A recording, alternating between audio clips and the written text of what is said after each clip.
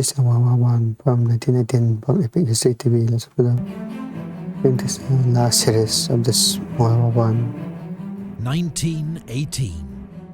After 3.5 years of war, the Allies are in crisis.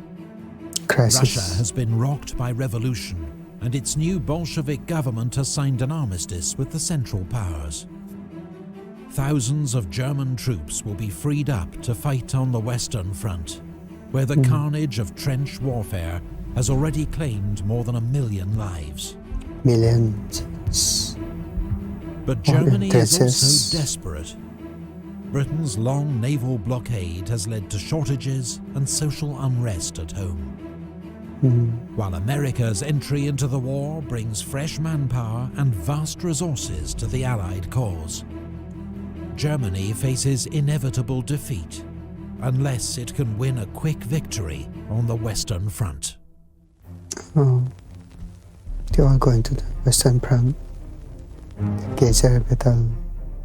US President Wilson announces his 14 points.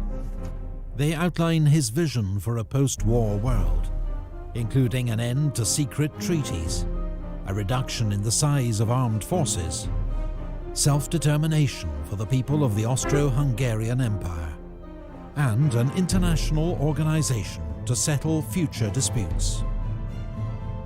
But most European leaders dismiss his ideas as wishful thinking. At Brest-Litovsk, Bolshevik Russia signs a peace treaty with the Central Powers. Russia gives up vast amounts of territory in exchange for peace. 500,000 German troops can now be redeployed from the east to the Western Front, where German General Erich Ludendorff plans an all-out, last-ditch offensive to win the war. Yeah, opt-in. Ludendorff's spring offensive catches the Allies off guard. German stormtroopers, using new infiltration tactics, help to overwhelm the British Fifth Army, which is soon in full retreat. The German advance threatens to split the British and French armies, with disastrous consequences. So French General Ferdinand Foch is appointed Supreme Commander of Allied forces to coordinate strategy.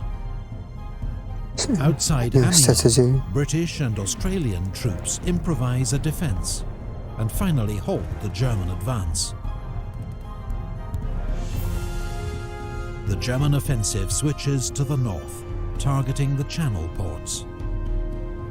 But the British inflict heavy losses on the Germans and prevent a breakthrough.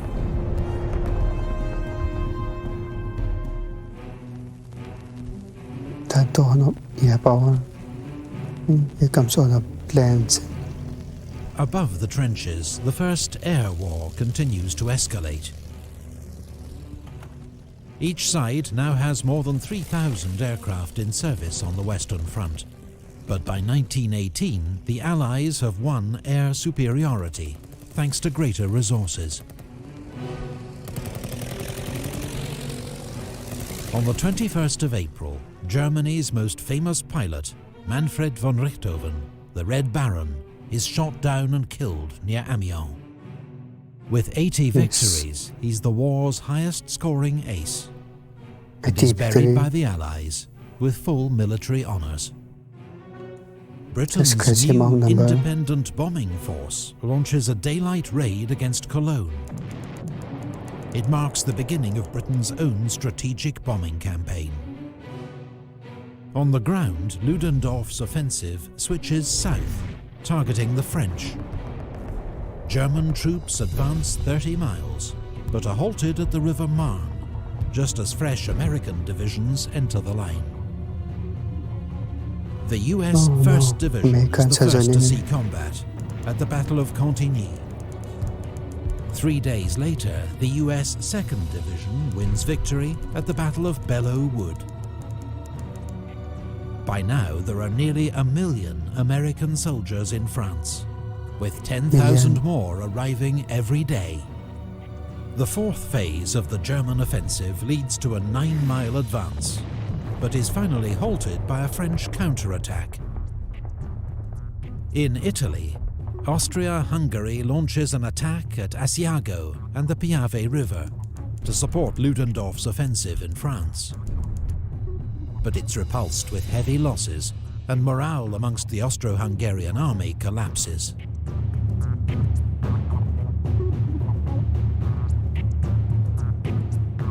British and French troops land at Murmansk in northern Russia. It's the beginning of Allied intervention in Russia's civil war, on the side of so-called white or anti-Bolshevik forces. On the Western Front, the Germans' final attack is defeated in the Second Battle of the Marne. Ludendorff's offensive has cost the Germans more than 600,000 casualties and has failed to make a decisive breakthrough. Germany's final gamble has failed. Okay, comes collapse. The Allies now go on the attack. At the Battle of Amiens, British, Australian, Canadian and French troops, supported by tanks and aircraft, advanced 7 miles in a single day. 3 versus 1. General Ludendorff calls the 8th of August the Black Day of the German army.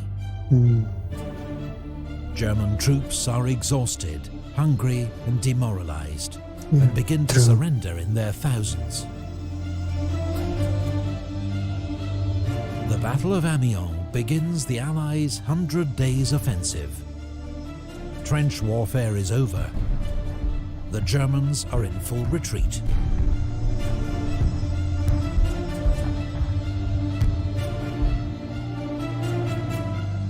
In the Balkans, a new Allied offensive at Dobropolje breaks through Bulgarian positions. The overstretched Bulgarian army collapses, and 2 weeks later, Bulgaria signs an armistice. In the Middle East, British-led forces defeat the Turks at the Battle of Megiddo, taking 25,000 prisoners. Allied troops soon occupy Damascus and Aleppo. Yeah, advancing. On the Western Front, Marshal Foch orders a general attack.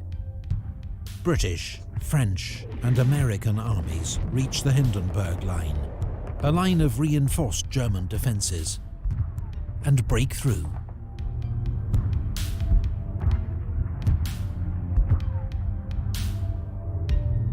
Ludendorff informs the Kaiser that the military situation is hopeless and that Germany must seek an armistice. Germany sends a request to US President Woodrow Wilson, who in return demands German withdrawal from all occupied territory and the Kaiser's abdication. On the Italian front, the Allies deliver the final blow to Austria-Hungary at the Battle of Vittorio Veneto. The Austro-Hungarian army disintegrates and 300,000 prisoners are taken. With the Central Powers facing collapse, the Ottoman Empire signs an armistice with the Allies at Mudros. 4 days later, Austria-Hungary signs an armistice with the Allies at Villa Giusti. At Kiel, the German High Seas Fleet is ordered to make a suicidal attack on the British Navy, but instead it mutinies. Revolution spreads through Germany. The Kaiser abdicates, and a German Republic is proclaimed. On the 11th of November 1918, a German delegation signs an armistice with the Allies inside Marshal Foch's railway carriage at Compiègne. It comes into force at 11 a.m., but fighting continues until the last moment. American Private Henry Gunter is killed, charging a German machine gun at 10:59. He is thought to be the last soldier killed during World War I. 3 days later, in East Africa, German General von Lettow-Vorbeck surrenders his army on the Chambezi River. For 4 years, he has tied down huge numbers of Allied troops, remaining undefeated while cut off from home. He is still considered one of history's greatest guerrilla leaders. Guerrilla.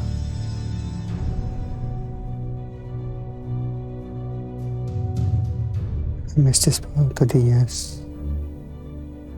The Paris Peace Conference opens at the Palace of Versailles, just outside the French capital. Delegates accept a proposal to create a League of Nations to settle future international disputes. The Versailles Treaty, signed in June, imposes harsh terms on Germany. Its military is restricted in size. It must pay war reparations to the Allies. Oh. It loses territory to its neighbours. And its colonies are seized by the victors. Germany must also accept responsibility for the war in a war guilt clause, a source of lasting resentment in Germany.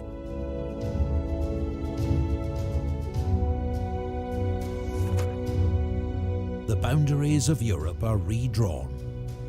Poland re-emerges after 100 years of foreign rule, while Austria, Hungary, Czechoslovakia, Yugoslavia, and an enlarged Romania emerged from the ashes of the Austro-Hungarian Empire. The Ottoman Empire is dismantled. New states, most under European control, are created in the Middle East. Here, as in Europe, the seeds of future conflict are sown. While in the Far East, former German possessions in China are handed to Japan, to China's outrage.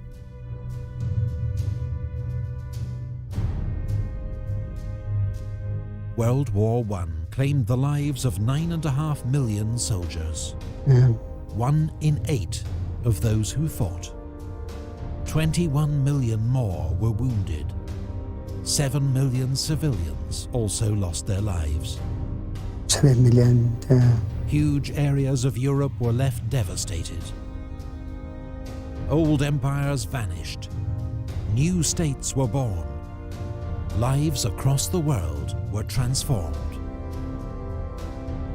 The world was never the same again.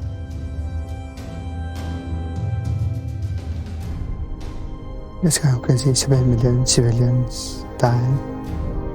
There's actually a lot of civilians died in this war. About 2 million soldiers died. It's actually kind of crazy. I think World War II has lost much higher number. I subscribe and bye now. See you next video. Bye.